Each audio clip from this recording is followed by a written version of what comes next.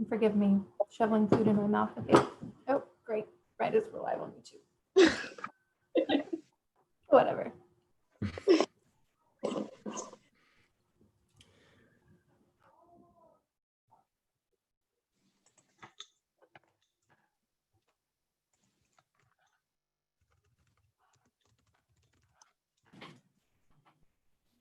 There you are, Mayor. Okay, I'm unmuted now. Yeah, I got your email. Thank you, Jacob. I had to get permission to be unmuted there.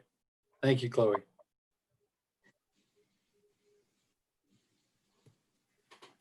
Yeah. And who all we got here? Thatika, you there? Hey, how are you Hey. doing, John? I'm good. How you been? Good, good. It's good to see you. Yeah, AJ and Eric, so glad to have y'all with us, the team. Yeah, all right. And who else we got here?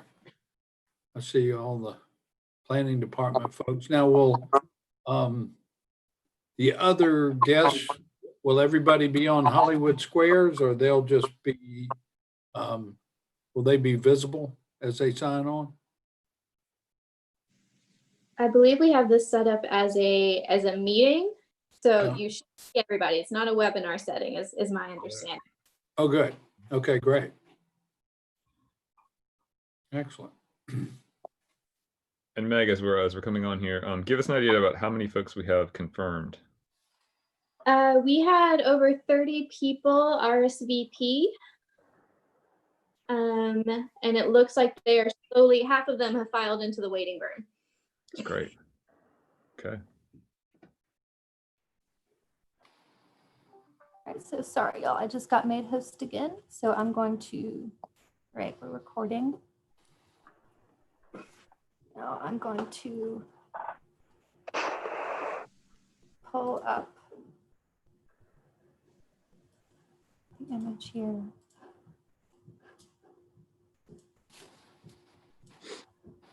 All right, admitting everybody now.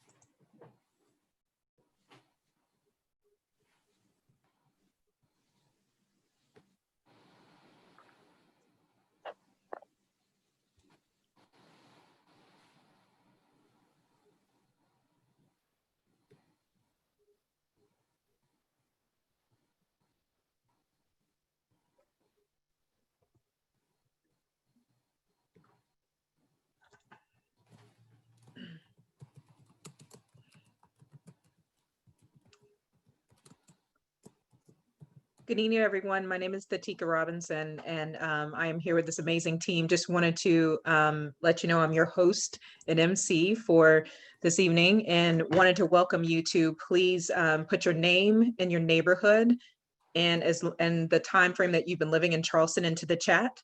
So we'd like to go ahead and get engaged and warm and comfortable in that space. And we also have our team that will also be dropping their information in the chat as well. So feel free to conversate and dialogue with one another, but please make sure you do drop those 3 things in there: your name, your neighborhood that you represent, and how long you lived in the Charleston area. Thank you so much.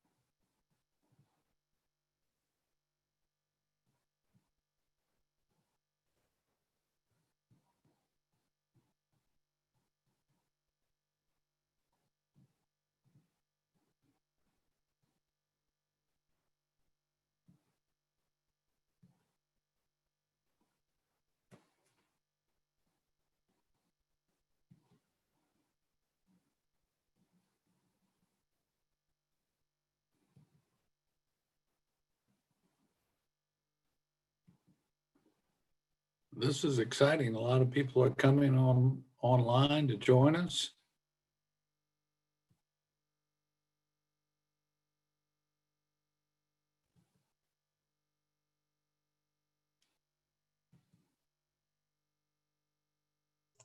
Thank you to everyone who has already put their information in the chat. If you're just joining the conversation, we welcome you to put your name, your neighborhood, and how long you've lived in the Charleston area into the chat box, please.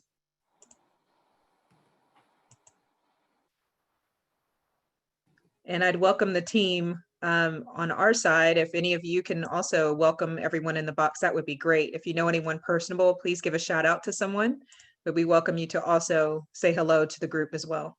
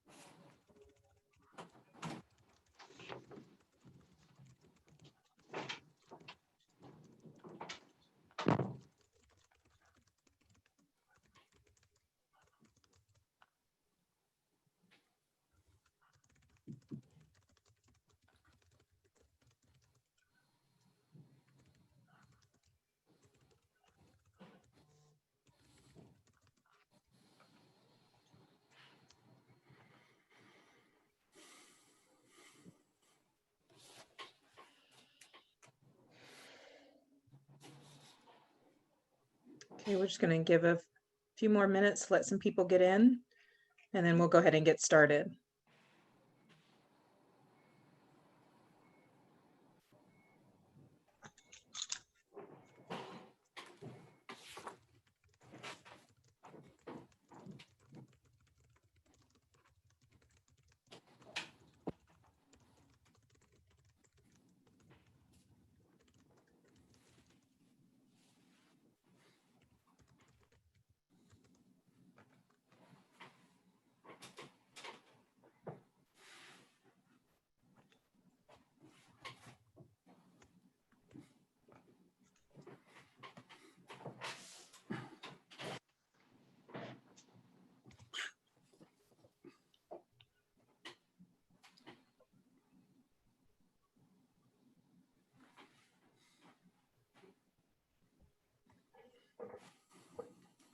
All right.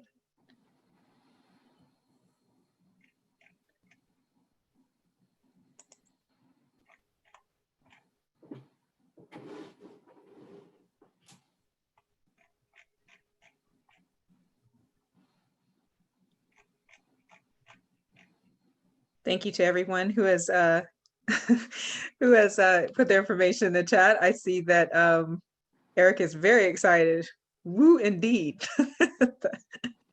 So thank you for adding your information in the box. We appreciate it. It's good to see how long everybody has lived in the Charleston area.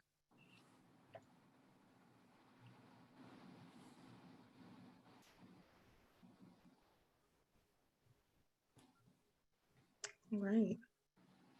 Okay.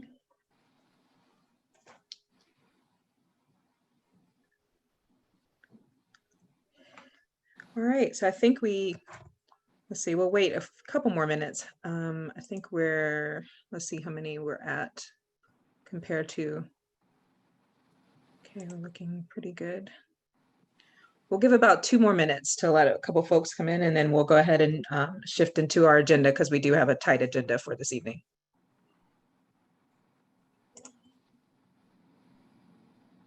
For those of you that are just coming in, we just want to welcome you on behalf of the city and the consulting team and everyone else on the call. We welcome you to please add your name, your neighborhood that you represent, as well as how long you have lived in the Charleston area. And we also welcome you to dialogue and have conversation with those you recognize in the space. Our team has also shared and introduced themselves for how long they've lived in the community. So we want to make this as an intimate process as possible, or engagement time as possible, in lieu of the fact that we are virtual. So if you see someone in the chat that you know, please do say hello. Definitely engage and have a conversation. And we're going to get started. Give us like 1 more minute, and then I think we're going to go ahead and get started.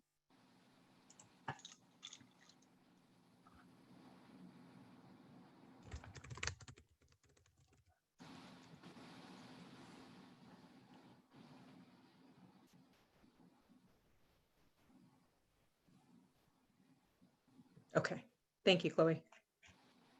All right, okay. Well, we're going to go ahead and get started this evening. Thank you for everyone who has put their name and neighborhood and how long you live in the Charleston area into the box. Thank you so much. That allows us to just go ahead and, you know, get comfortable and just see who's in the space. So we're going to go ahead and get started.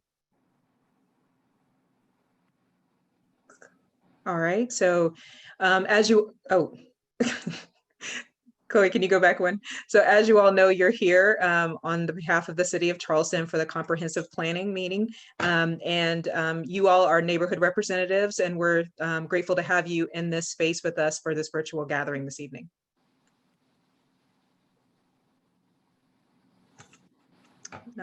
Next, okay.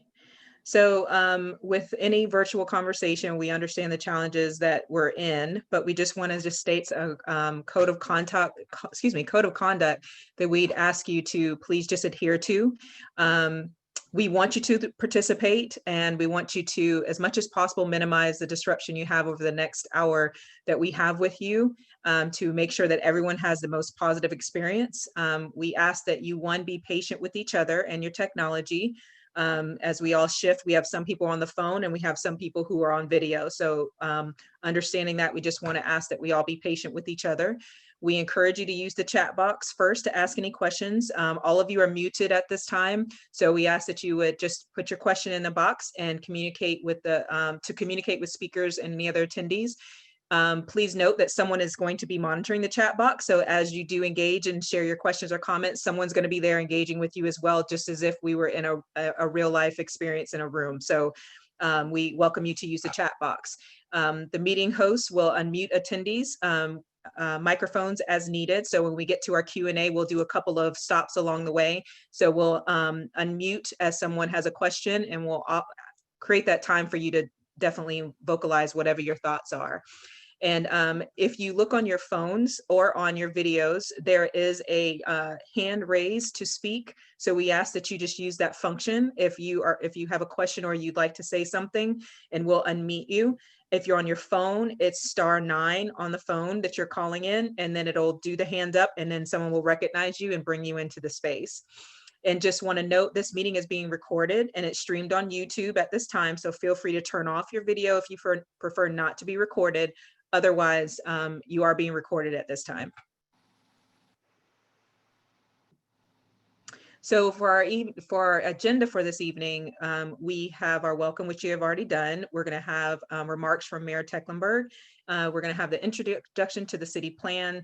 And then we're going to do meet the team. So you'll meet everyone involved in this whole process. We'll walk through the city plan engagement schedule.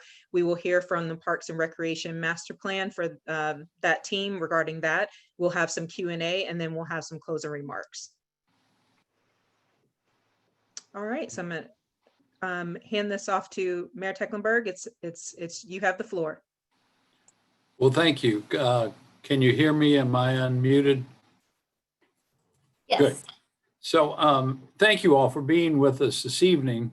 And thank you more so for being active in our city and your neighborhood and all you do to make Charleston such a special and great place. As you know, state law requires every 10 years that we do an update of the city's comprehensive plan. But frankly, this year, I look on our efforts as being a little different, that we're not just updating a plan, we really have the opportunity to recreate our city's plan going forward to impact our future and future generations. And that's one reason why we're even changing the name. And I think the last rendition 10 years ago, they called it the Charleston Century 5 Plan. Now, I'll be honest with you, I never figured out why they called it that, because as you all know, it's our 350th year birthday. So even if you went by that, we'd be at Century 3.5, right? Rather than Century 5. There must have been some good reason for it. So we're simply calling our new plan going forward to be the Charleston City Plan. And we really have an opportunity, again, not just to modify or make small changes, but really think outside the box. Affordable housing is a big issue in our city. And, let's be creative and think of the ways that we can impact affordability. It's such a need in our city. Flooding, we all know, and drainage is an issue. Think about land use and where we should be building. A lot of these concepts have been discussed over the last few years with the Dutch dialogues and other initiatives. This is the opportunity that we have as a city to put these good ideas into place. It's kind of an everyday thing, maybe at city council when a new zoning comes up, and Donna can attest to this. She's on our planning commission as well. When a recommendation comes forward to city council for approval for rezoning, what is it that the planning department always says? They comment that this is congruent or part of the Century 5 or the city plan, the long-term plan. This plan really has impact to the future of our city and where we're going. So I thank you all for being here.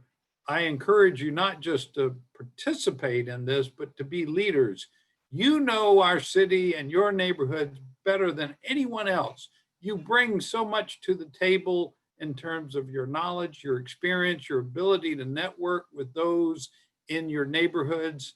And this year, it's probably more important than ever in this unprecedented time with the coronavirus. We're here tonight, in a virtual meeting rather than all getting together somewhere. In some ways, it's more convenient, but in other ways, it's more challenging to get folks to participate and be part of this effort. It's so important for our city's future. So I urge you in a sense of partnership and collaboration for your involvement and your engagement with our citizens in your neighborhoods. And so I could shout out to staff and all, but I think that's part of the agenda as we go forward, that everyone will be introduced. Jacob will be doing some of that. But thanks to Sue Griffin and Meg Thompson for your work with our neighborhoods. And you'll also meet Community Solutions Consulting, some of our consultants that are helping us with this effort.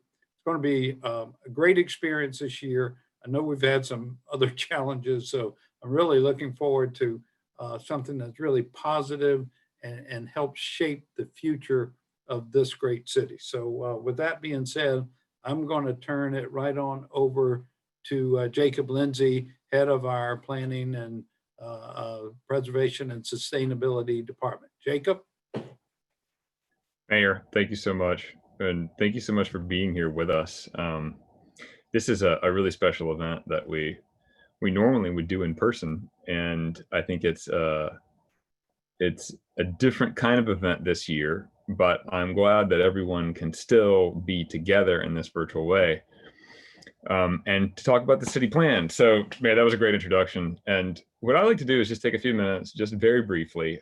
First of all, to introduce myself. I'm Jacob. I have the incredible privilege of leading our planning department, working every day with the mayor and our city council and the phenomenal group of staff and consultants that we have to do this work.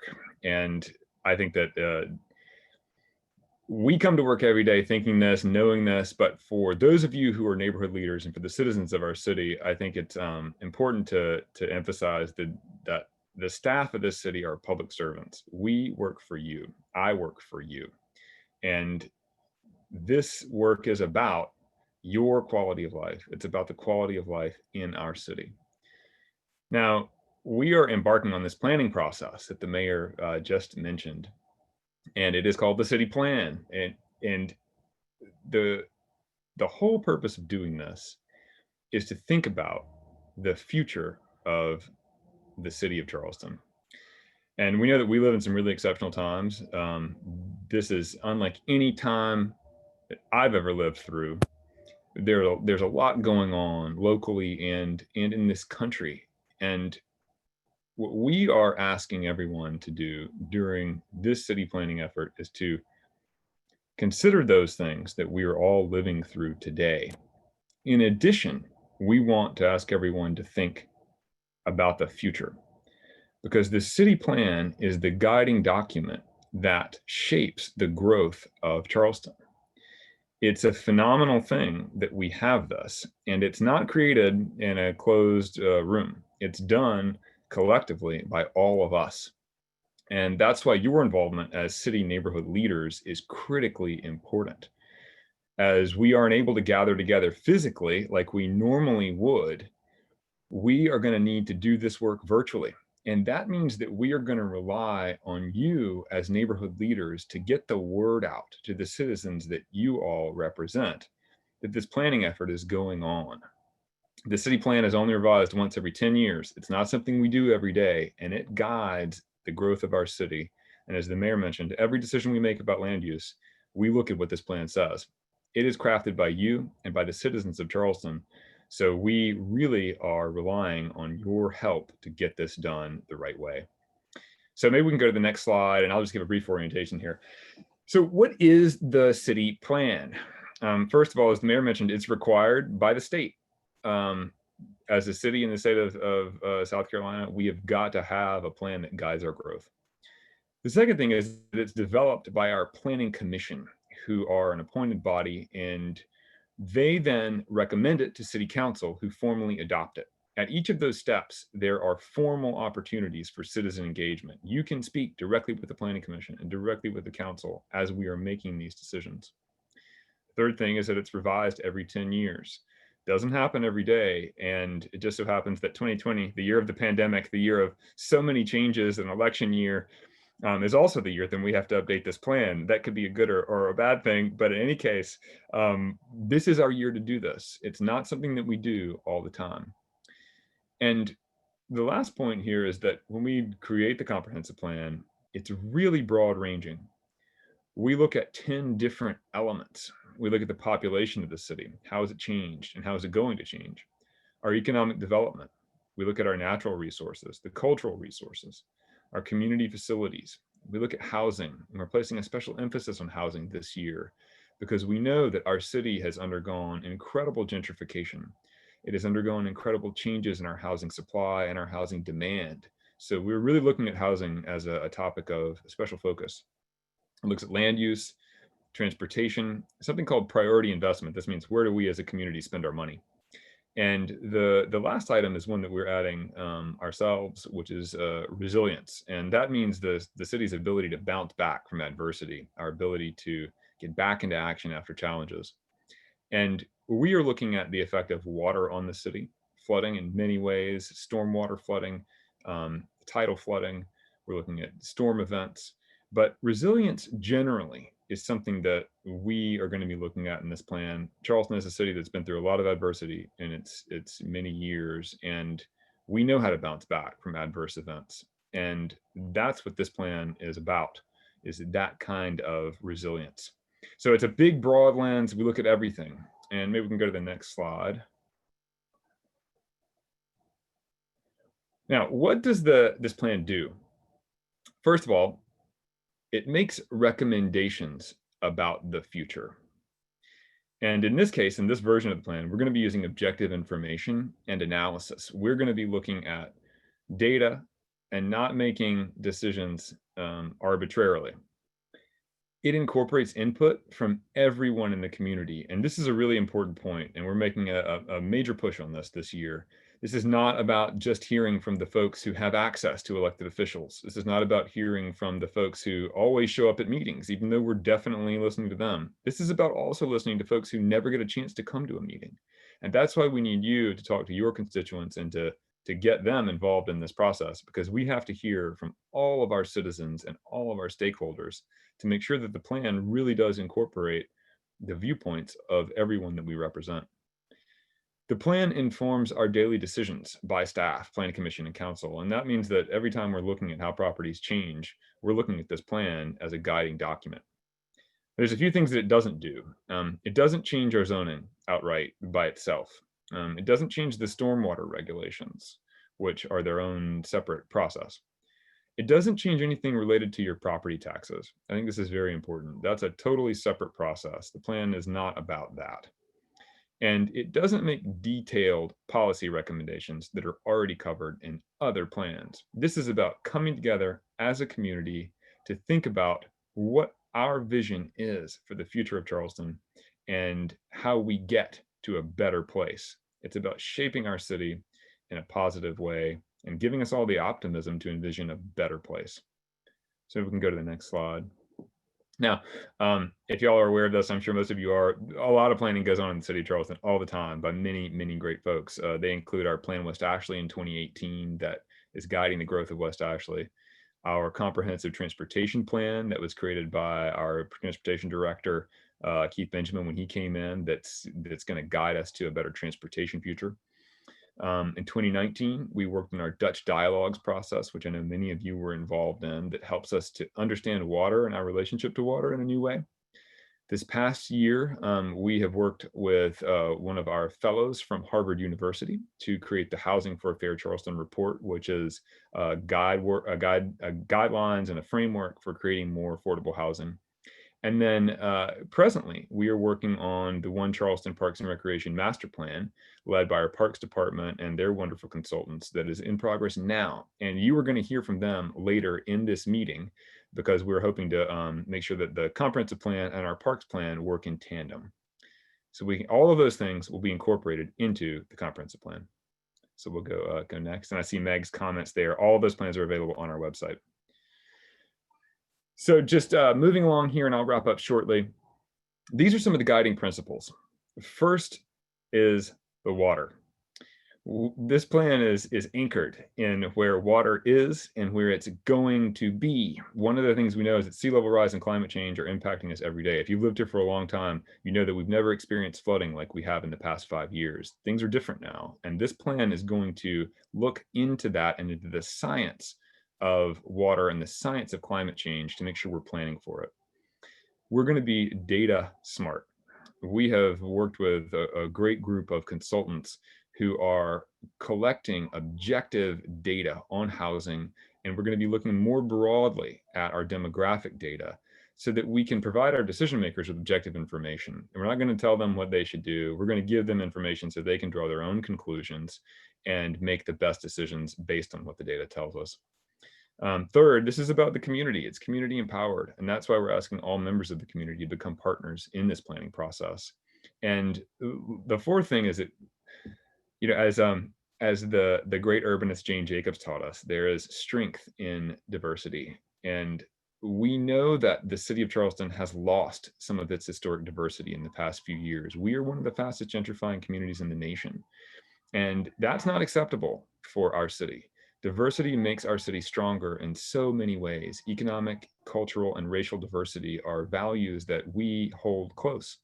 And that's an important thing for us to consider as we go forward. So we'll skip to the next slide. And I'll just give a very brief introduction here and then hand it over to AJ. So we'll go to the next slide. On my team from the city staff, we have Ms. Chloe Stuber, who is one of our planners on staff here, and she's coordinating the engagement activities on the city side. Jim Hemphill is one of our new additions to the team, and he is also working with us on the plan side, doing a lot of work related to the under the hood components of this plan. Christopher Morgan, our planning manager, to whom I am forever grateful for his incredible work. And he's the person who leads our planning commission for the staff side. And Meg Thompson, who is our director of business and neighborhood services, whom I'm sure that all of you know because she works with the amazing Sue Griffin and is constantly working on neighborhood issues and helping you all communicate with the city. We'll go to the next slide. Of course, myself, planning director, Mandy Hearing, our operations manager, to whom I am also eternally grateful. Eric Pullman, our West Ashley project coordinator, and Philip Overcash, our senior planner. On business neighborhood services, Becca Hopkins, Sue Griffin, Christina Auth, and Ruth Jordan. All of this team of folks from the city are some of the most dedicated public servants that you will ever meet, and it is my real honor and pleasure to be able to work with them every day. We also are going to just briefly introduce some of our consulting teams. We have 4 teams working with us. This is a new approach for us.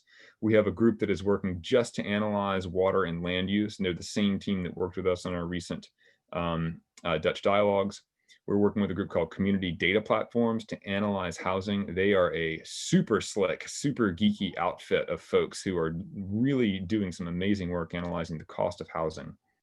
On the engagement and outreach, of course, you all know Community Solutions Consulting, Seco Group and Civic Communications, Tatika, AJ, and group. And then on our graphic design, we have Mary Mac Wilson. So a great group of locals on the engagement, outreach, and design side.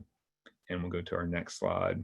Okay, so that's been a lot of discussion by me. I appreciate you all giving me a moment from the planning department side. At this point, I'm going to turn it over, I believe, to AJ, and I will let him introduce the team for our engagement and outreach consultants. So thanks, everyone, and I'll turn it over to you, AJ.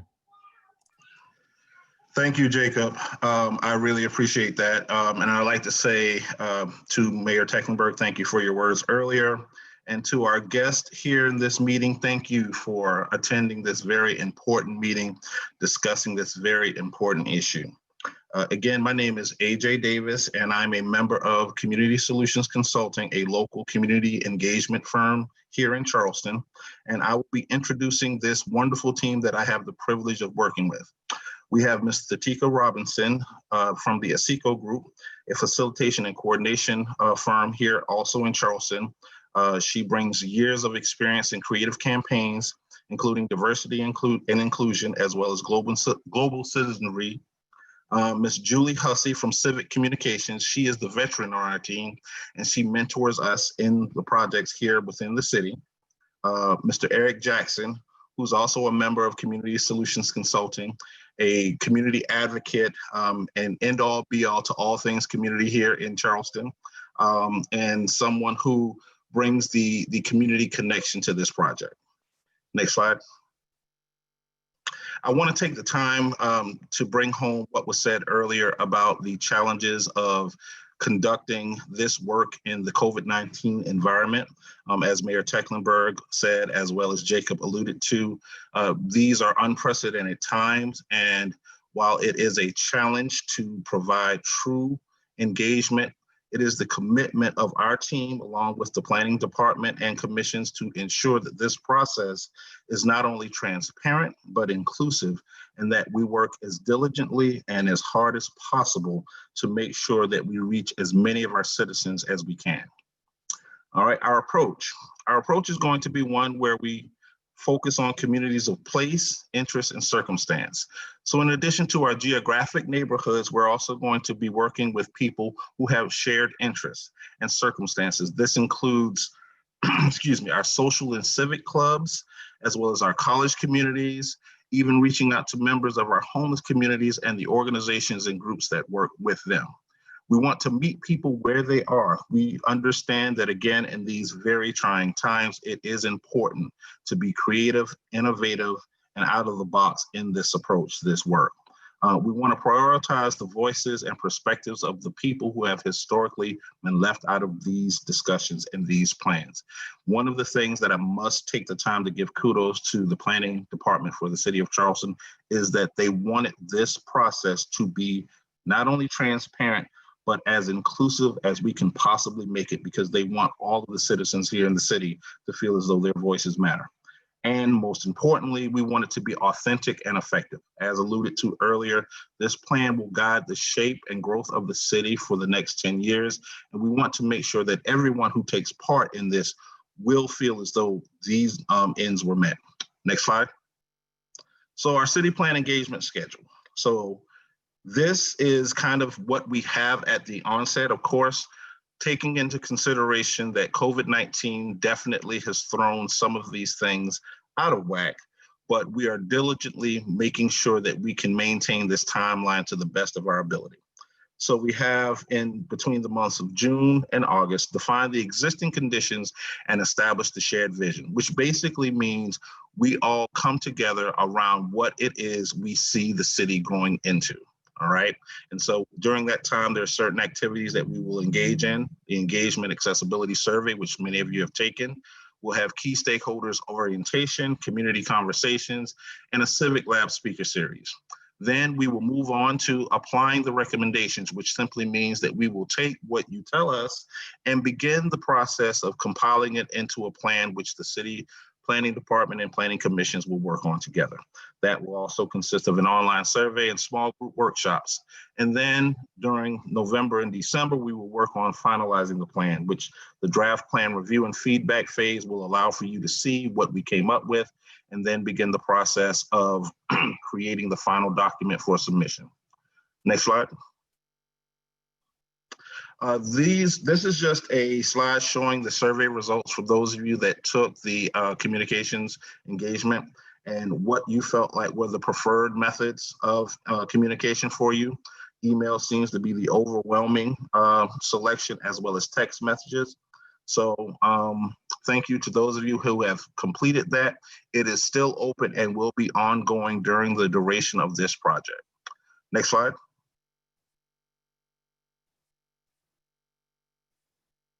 All right, the role of you as neighborhood leaders.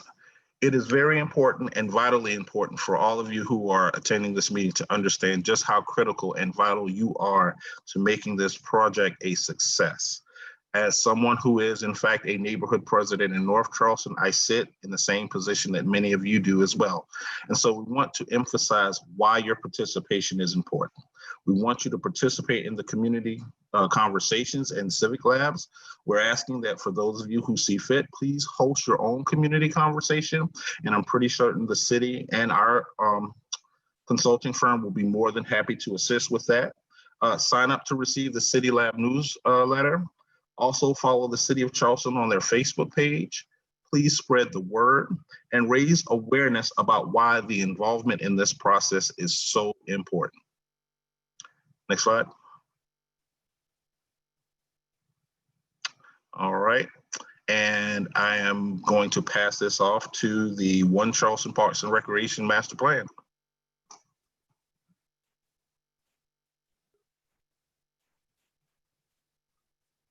Thank you, everybody. My name is Jason Kronsberg. I am the director of the Parks Department. Can everybody hear me okay? Give me a thumbs up. Great. So I just wanted to give you a quick introduction tonight. As you can see, I'm sitting in a virtual park, as we all are sitting in our living rooms, in our homes, or your offices, wherever you are. Jacob and the mayor said it very well, and the team working on the Charleston plans. I don't want to get into that too much and waste a lot of time, but we are lucky to be able to piggyback on the comprehensive plan update with a new plan for Charleston's parks and recreation. This is, again, your plan. We want to hear from you.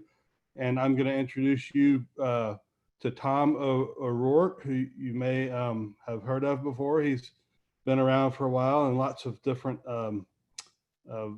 positions. So Tom is working with a firm called Brandstetter Carroll, and they are our consultants working on the Parks and Recreation Master Plan.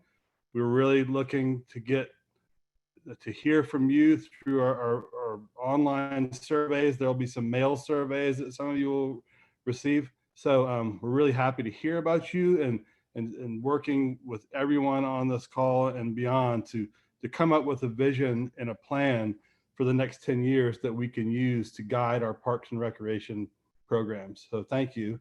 And with that, I'm going to turn it over to Tom to give you a brief overview of what the plan is and what the process that we'll be taking. So thank you. Hi, everybody. This is a pretty efficient meeting. I thought I would just start off with, we are exactly on time according to the schedule, which is pretty impressive. My name is Tom O'Rourke. I have been in this region for a long time. The past 18 years, I was the executive director of the Charleston County Parks and Recreation Commission and have worked very closely with Mayor Tecklenburg, Mayor Riley before him, and most all of the staff. So I'm super excited to be working on this plan, but I also know my way around the city. And the one thing that is great about this plan is Jacob's staff, Christopher is at every one of our meetings, and to have Jason Kronsberg, who just spoke, and Laurie Yarborough right there make this work. So we've got some really great people. I do want to say that why it's good to be working with this plan is because I believe that a lot of our solutions can help this plan. It's already been mentioned, something as simple as drainage issues can be satisfied through park planning. We're looking at that. The other thing that was brought up is diversity. And just to be a little bit real, there's some situations going on in this country right now that are dealing with people living with each other that I believe and have always believed that Parks and Recreation could be the solution to that. So it's not just a plan with pretty parks, which you have, and great facilities, which you have. It's a human plan.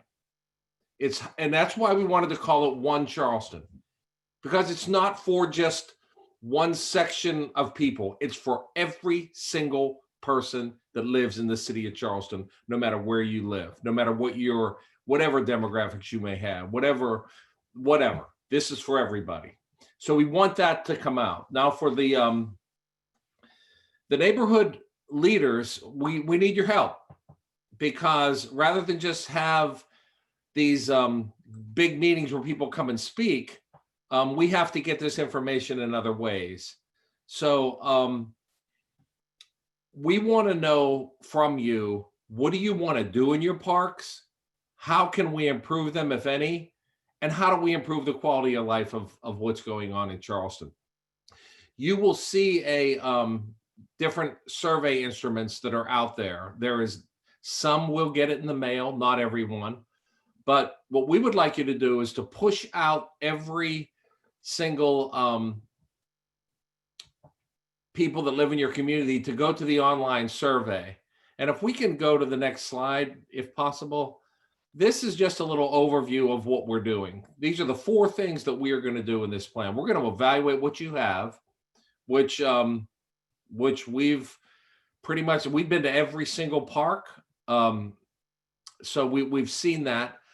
Then we engage the community. To be a little bit honest, I'm not completely 100% happy with, are we getting to every single person? But we've come up with some things with Jason's help and Laurie's help in the last couple of weeks to make sure that we can go where the people are. And we will social distance and we will do what we can. But we don't just want this plan to be only for people that sit behind a computer and send things in.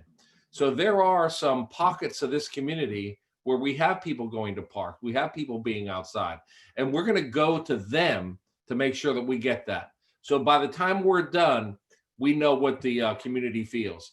And then we're going to take all this information and put it into a vision and move it forward.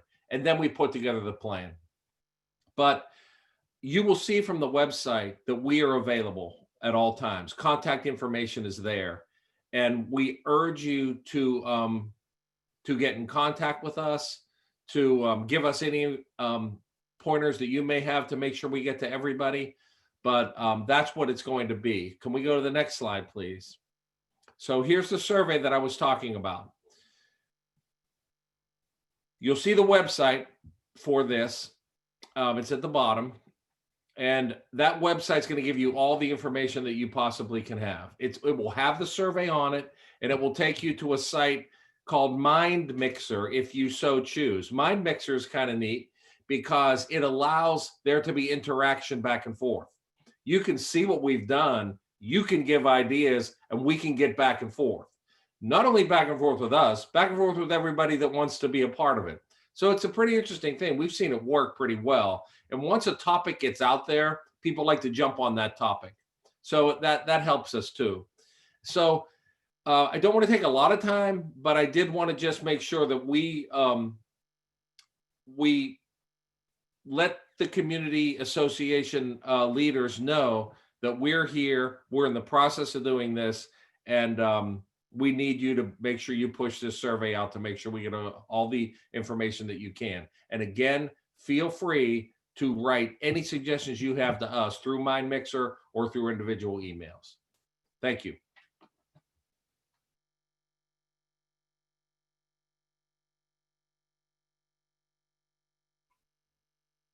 All right, thank you, everyone. Thank you, Tom. All right, so we're gonna go ahead and open up the conversation for Q&A.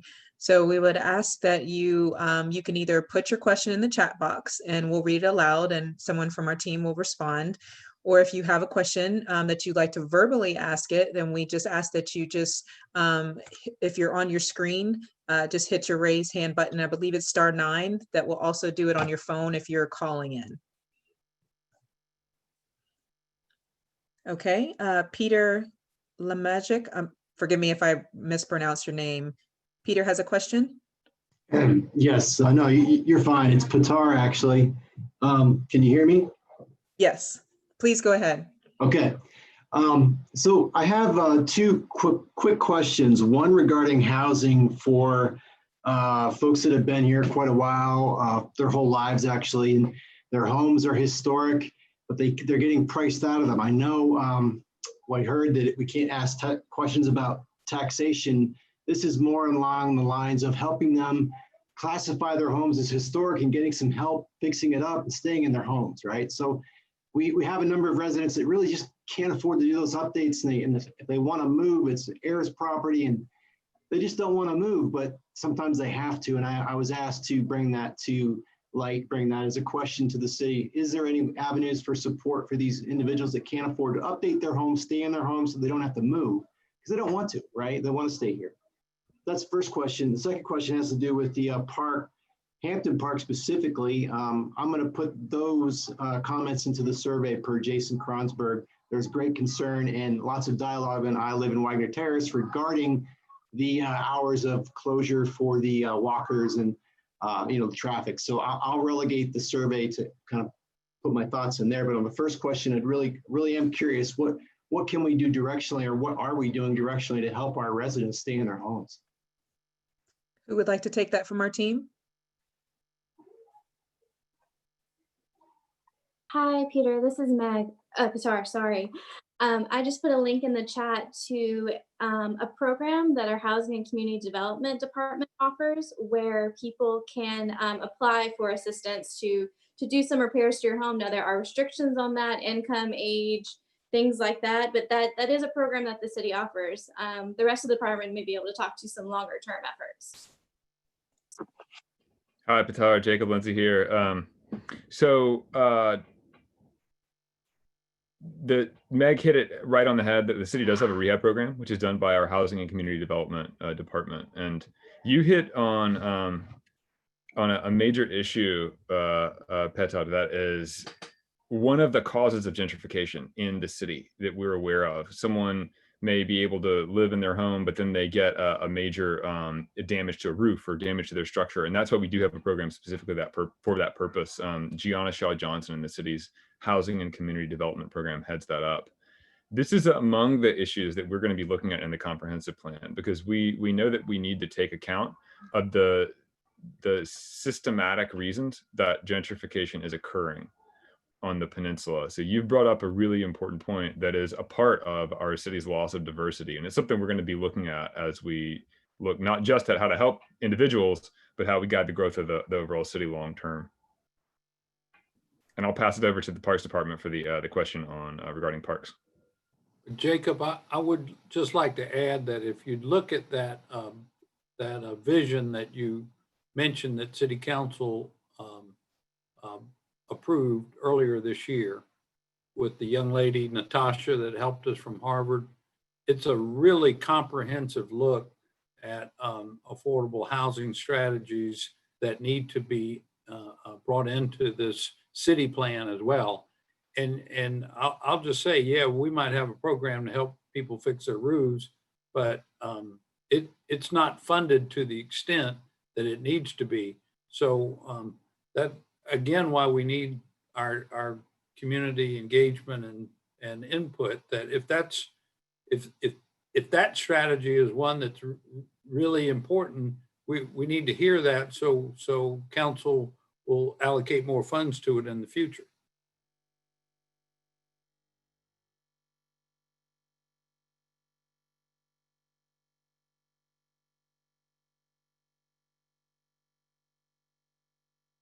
Oh, did we have anybody from the parks that wanted to respond to that at all, or are we good to go?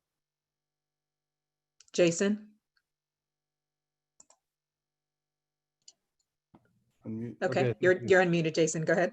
Yeah, so the Parks and Rec Master Plan is going to take every single borough, if you will, of the city, and each one will be included. The question is about the Cainhoy Peninsula Island. I think everybody understands that the city has grown considerably out on Cainhoy Peninsula, and we know that there are very almost none parks and recreation programs that are existing on the peninsula. So that's certainly an area that we're going to be looking at. We would encourage you to push out this survey to everybody and anybody you know that lives in the city of Charleston on the Cainhoy Peninsula. Daniel Island as well. Everybody can use the amenities on Daniel Island, but we really want to hear from you. Like we said earlier, this is your plan. Parks are yours, you own them, and we really want your input. All of the greater the input, the better plan that we can create. So thank you. Thank you. We also have a question from Melissa Brown, and we're gonna have, her hand is raised, so if someone can unmute her, please. Can you hear me? Yes, Melissa, please. Thank you. I just wanted, for the sake of proceeding with the kind of transparency that we all claim that we are going to have from this point forward, just to make sure that we understand whether it's about, especially about park usage. You're talking about communicating with people in communities where the assumption is that everybody has a computer and will be communicating in 20th or rather 21st century modes. And there are so many parts of our community where the people who most are absent from discussions and from participation are people who, for whatever reason, are not connected to the way we're trying to communicate. And so obviously you want community neighborhood leaders to fill that gap. And that is part of our responsibility.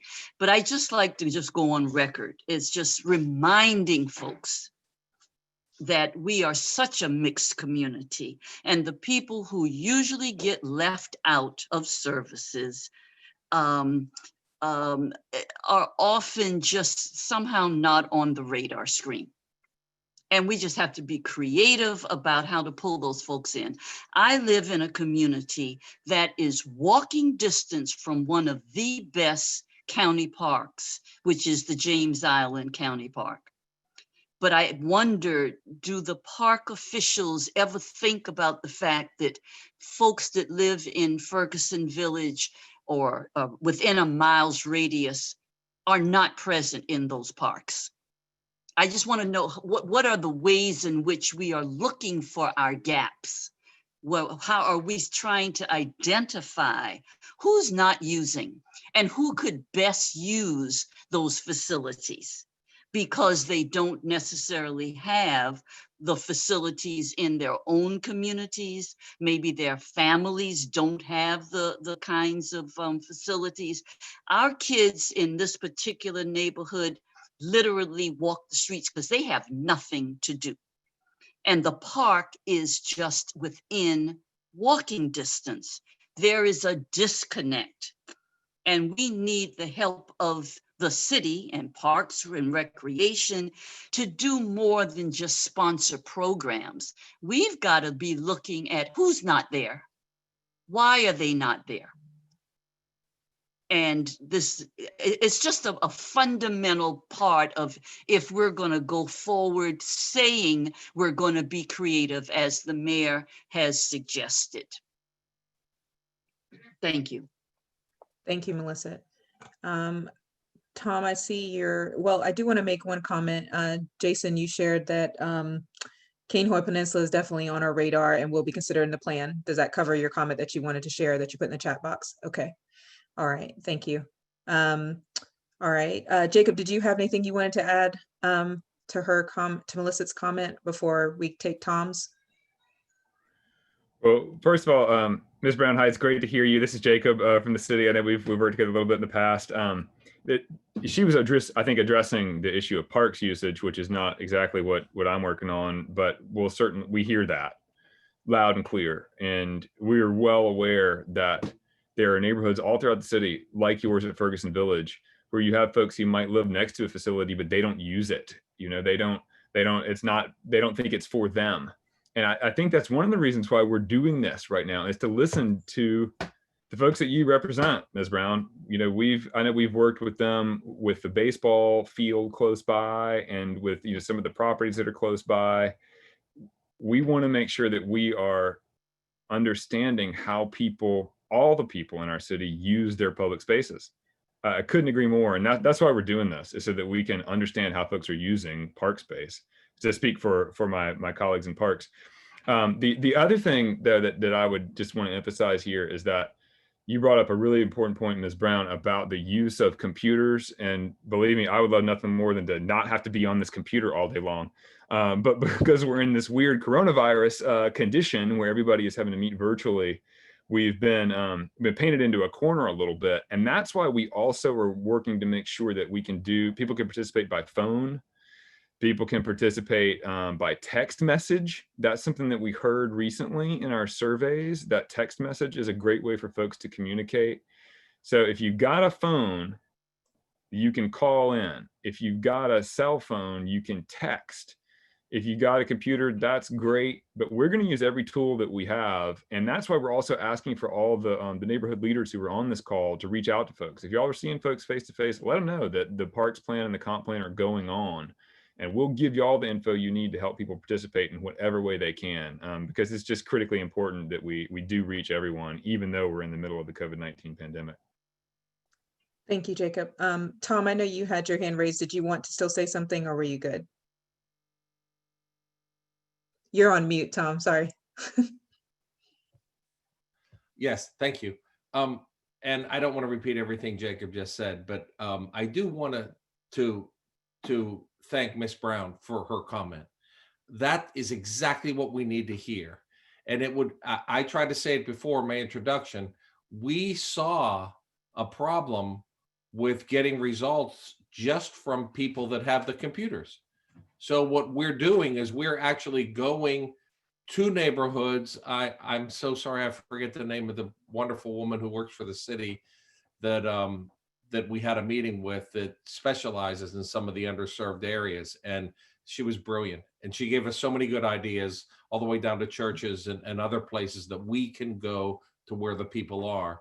But I can assure you, this plan is going to have input from every single person in this community. We will make sure that we're not leaving out any group at all. And Ms. Brown, if you'd like, and you can have my email address, I'd love to help you get everybody in your neighborhood into James Allen County Park. I can do that.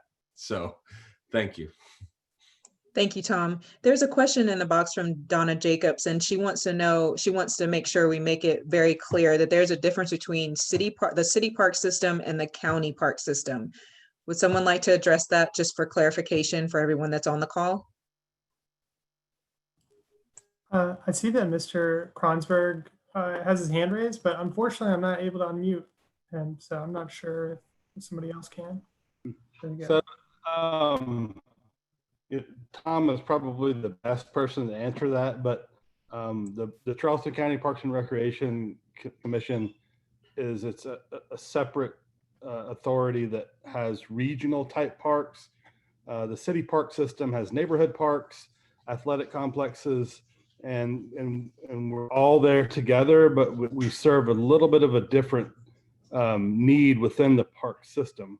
So the regional parks, the PRC has things like water parks, and James Allen County Park, they have cabins and campgrounds. So the city really looks at providing neighborhood level parks and recreation feature of someplace you can walk to the park.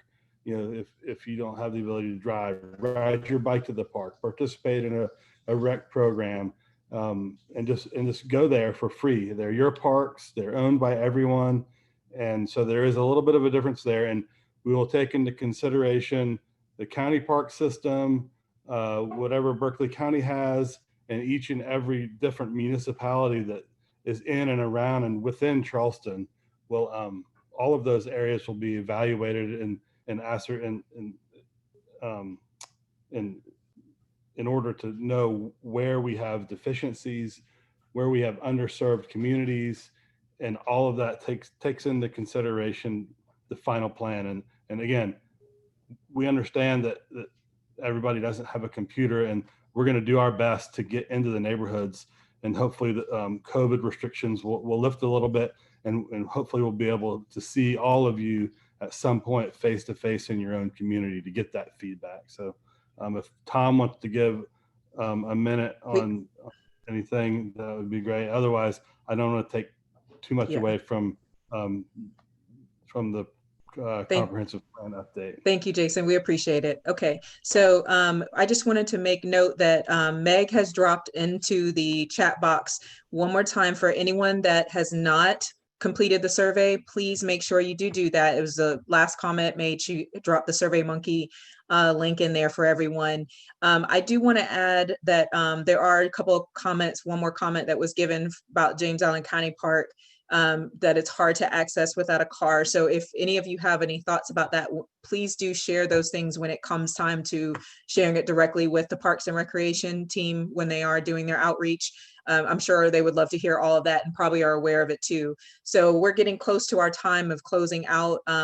Just want to honor that we did ask you for an hour of your time, and we know everyone is busy, and the last thing you want to be is on a call for looking at a screen for any longer than you have to out of today. So I am actually going to hand this over back to Jacob. Jacob, if there's anything that you would like to share to close us out before we close.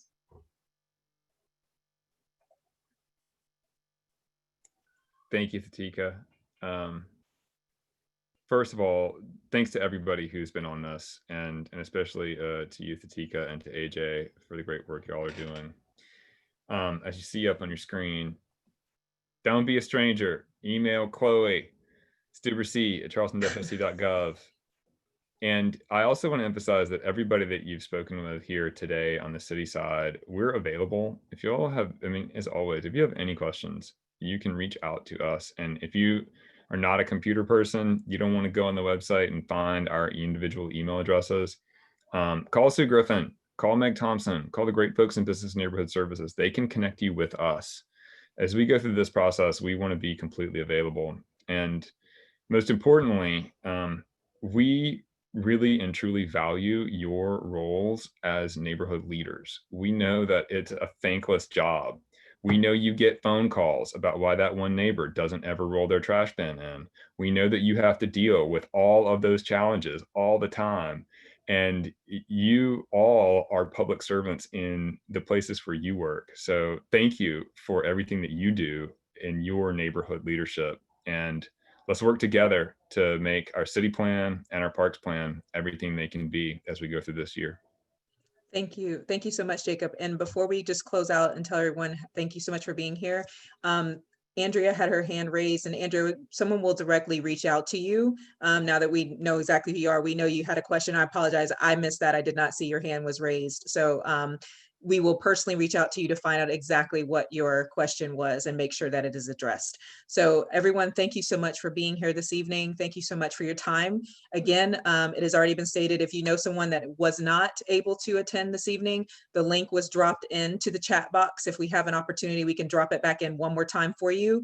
If you do need it and you have any issues, you can always contact Chloe Stuber. Don't be a stranger, as we've already stated. So if you have any questions, and all of us on the team, on behalf of the consulting teams that are behind the scenes, as well as all of the City of Charleston team that you didn't necessarily get to see or engage to see who's all on here, thank you so much for your time. Thank you, Mayor Tecklenburg, for being here. Thank you for the Parks and Recreation team for including yourselves into our conversation. And just thank you for taking the time. This is just the beginning of us engaging and doing things just a little differently. And COVID just creates an opportunity for us to leverage that, how we do different moving forward. So thank you so much for being here. Your participation is very important, and we can't do this without you. So like I said, email Chloe if you have any questions. But other than that, you all have a great and phenomenal evening.